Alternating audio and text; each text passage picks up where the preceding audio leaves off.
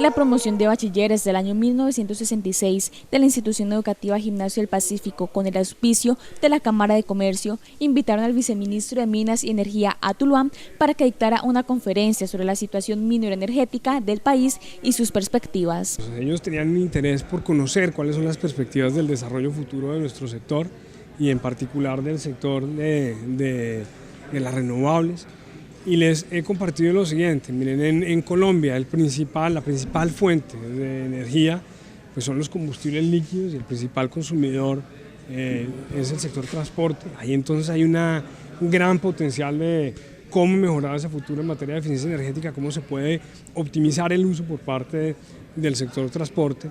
Y ya centrándonos en el caso particular de la energía eléctrica, pues lo que vemos es que con el paso del tiempo hemos desarrollado un sector que ha privilegiado la eficiencia, cómo se pueden atender las necesidades de los diferentes sectores de la economía al costo más bajo posible, y ahora nos aparece entonces un gran reto, el reto de seguirle haciendo frente a un cambio climático. Tras la afectación del cambio climático desde el Ministerio de Minas y Energía, se adelanta proyectos que son aplicados en una ley, esperando la aprobación del Congreso de la República. Estamos adoptando medidas para una mayor penetración de las energías renovables. Con el Congreso de la República trabajamos en la expedición de una ley que, entre otras cosas, implica el que se le concedan unos beneficios tributarios a este tipo de proyectos. Eso es un hecho palpable. Hoy en día estamos terminando de reglamentar esta ley y esto va a implicar que puedan acceder a nuestro mercado pues con mayor fuerza la energía solar, la energía eólica y otro tipo de energías no convencionales. Esa es una forma de combatir el cambio climático. Además, el viceministro de Minas y Energía dio a conocer las plantas de generación de energía que hay en el departamento del Valle y sobre los procesos que en estos se adelantan desde el ministerio. Más que proyectos, son plantas de generación que ya existen. Yo les diría, por ejemplo, es el caso del embalse de Calima, para ponerles un ejemplo. Se utiliza sin duda alguna para múltiples propósitos. Uno de ellos es la generación de energía eléctrica, y no conozco en particular qué otros proyectos se están estructurando. Les explicaba incluso que desde las grandes reformas que se hizo en este sector hace ya 20 años, la iniciativa en el desarrollo de los proyectos no reside en el gobierno nacional, sino en las empresas, que las hay públicas, las hay privadas, las hay mixtas, y son las empresas las que estructuran sus proyectos y los construyen pues cumpliendo con los diferentes requisitos legales y ambientales que hay para ello. Al finalizar esta conferencia, los asistentes pudieron plantear sus inquietudes referente al tema tratado, y el viceministro de Minas y Energía, Carlos Fernando Erazo Calero, logró resolver todos esos planteamientos. Para que no quede ninguna duda sobre lo que vamos a decir, le pido a mis amigos de la producción que saquen al aire otra vez las palabras de Juan Manuel Santos en Medellín, en un foro público, solemne, lanzado para el mundo entero. Aquí están las palabras de Juan Manuel Santos. Si esto no se aprueba, volvemos a la guerra. Así de sencillo. No es que vamos a volver a la mesa de negociación, volvemos a la guerra. Esa es la verdad, porque tenemos información amplísima, que ellos están preparados para volver a la guerra, y a la guerra urbana, que es mucho más demoledora que la guerra rural. Si tiene información amplísima, presidente, ¿por qué no la usa para detenerlos, para neutralizarlos, para impedir que amenacen a la nación colombiana con la guerra y con la guerra urbana? ¿Y es con esos con los que usted negocia todos los días?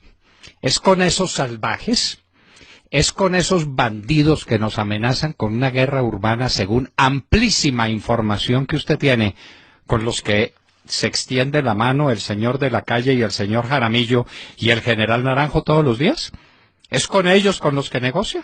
¿Es con ellos con los que está redactando esos papeles? ¿Con esos salvajes que amenazan con asesinarnos en las ciudades si no le aprobamos el plebiscito? Y usted, cobarde comandante de las fuerzas militares, ¿qué está haciendo para contenerlos? ¿Qué está haciendo para disolver esa amenaza? ¿Qué está haciendo para cumplir ese deber? Disolviendo el ejército, ¿verdad? Metiéndolo debajo de la cama, ¿verdad? Quitándole todo su espíritu de lucha y toda su voluntad de enfrentar el terrorismo. Eso es lo que usted está haciendo, para entregarnos en manos de las FARC. Ese es su designio y ese es su propósito.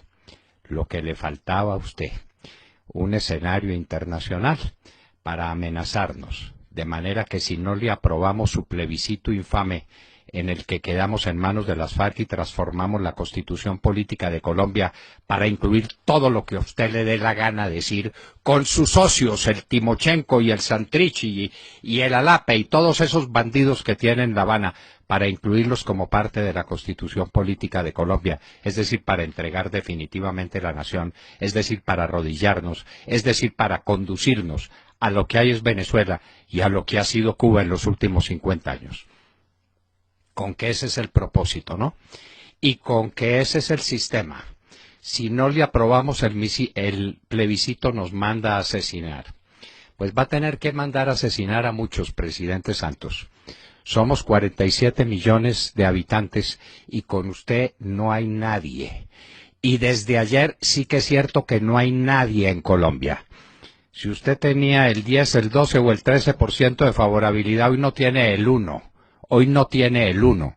Usted se jugó los restos de su prestigio, del que hubiera podido tener alguna vez, simplemente por ser presidente de la República, dando estas declaraciones infames. De manera que si no le aprobamos el plebiscito, la guerra urbana, ¿no? Y tiene amplias informaciones, ¿no? Y tiene al ejército metido debajo de la mesa, ¿no? Y tiene a un comandante de las fuerzas militares que es un indigno oficial de la República, que le ayuda a componer estas tretas para conducirnos a lo peor del terrorismo. Terrorismo de Estado se llama eso, presidente Santos. Es la forma de doblegar una población a través del terror, a través del miedo, de manera que guerra en las ciudades, más bombas. ¿A cuáles clubes, señor presidente? En su información amplísima ya sabe dónde más va a poner las bombas, o en cuáles centros comerciales, o en cuáles lugares en los que haya mucha reunión de gente inocente, a cuáles le van a poner la bomba para asesinarnos, presidente.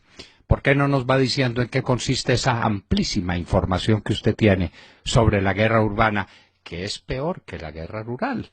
Porque campesino muerto no es tan grave como una persona muerta en las calles de Bogotá, Medellín, Cali, Barranquilla, Bucaramanga o Cúcuta. Es verdad, ¿no? Es verdad. Y fue tan enorme lo que dijo, luciéndose ante Felipe González y ante el presidente Macri y ante cantidades de extranjeros que estaban aquí para que sirvieran de testigos de su chantaje, que tuvo que sacar a su lamentable ministro de Defensa a que dijera no tenemos informaciones inmediatas sobre una guerra de este estilo y en todo caso las fuerzas militares estarán listas para contrarrestarlo. ¿Cómo serían de torpes, de imbéciles las declaraciones suyas que lo tiene que corregir Luis Carlos Villegas? Hágame el favor, ¿en cuáles estamos? Pero, presidente, usted dijo la verdad y lo sabemos. Los borrachos, los niños y los torpes dicen la verdad. Y usted la dijo. La amenaza es clara. Si no le aprobamos el plebiscito, nos manda a asesinar. Nos va a tener que mandar a asesinar a todos, presidente Santos. Dígale a todos esos que están preparando la guerra urbana que empiecen ya con sus bombas. Pero nos vamos a sacudir. En todo caso, debajo de la cama no nos van a encontrar. Empiece pues rapidito, presidente Santos, que para eso tiene servidores tan conspicuos como el general Naranjo. Ahí lo tiene, para que le explique cómo se hacen estas cosas y cómo se urden esas tramas. Sabemos muy bien con quién se apoya usted, en quién se apoya, quiénes son sus amigos y qué le permite lanzar este vulgar chantaje contra la nación. El más grotesco acto de terrorismo de Estado que se ha cometido en América en toda su historia. Esto es peor que lo que hacía Chávez inclusive. De manera pues que ya lo saben, queridos amigos, queridos oyentes, queridos colombianos, o le aprobamos el plebiscito a Juanpa o nos manda a matar por las FARC. Ustedes decidan. Con esta información regional llegamos al final de CNC Noticias. A ustedes mil gracias por preferir periodismo con responsabilidad. Saludamos nuevamente desde el municipio de Cartago, ubicado al norte del departamento, a toda la gente que nos ve a través de la página de Facebook en vivo y en directo. Que estén bien.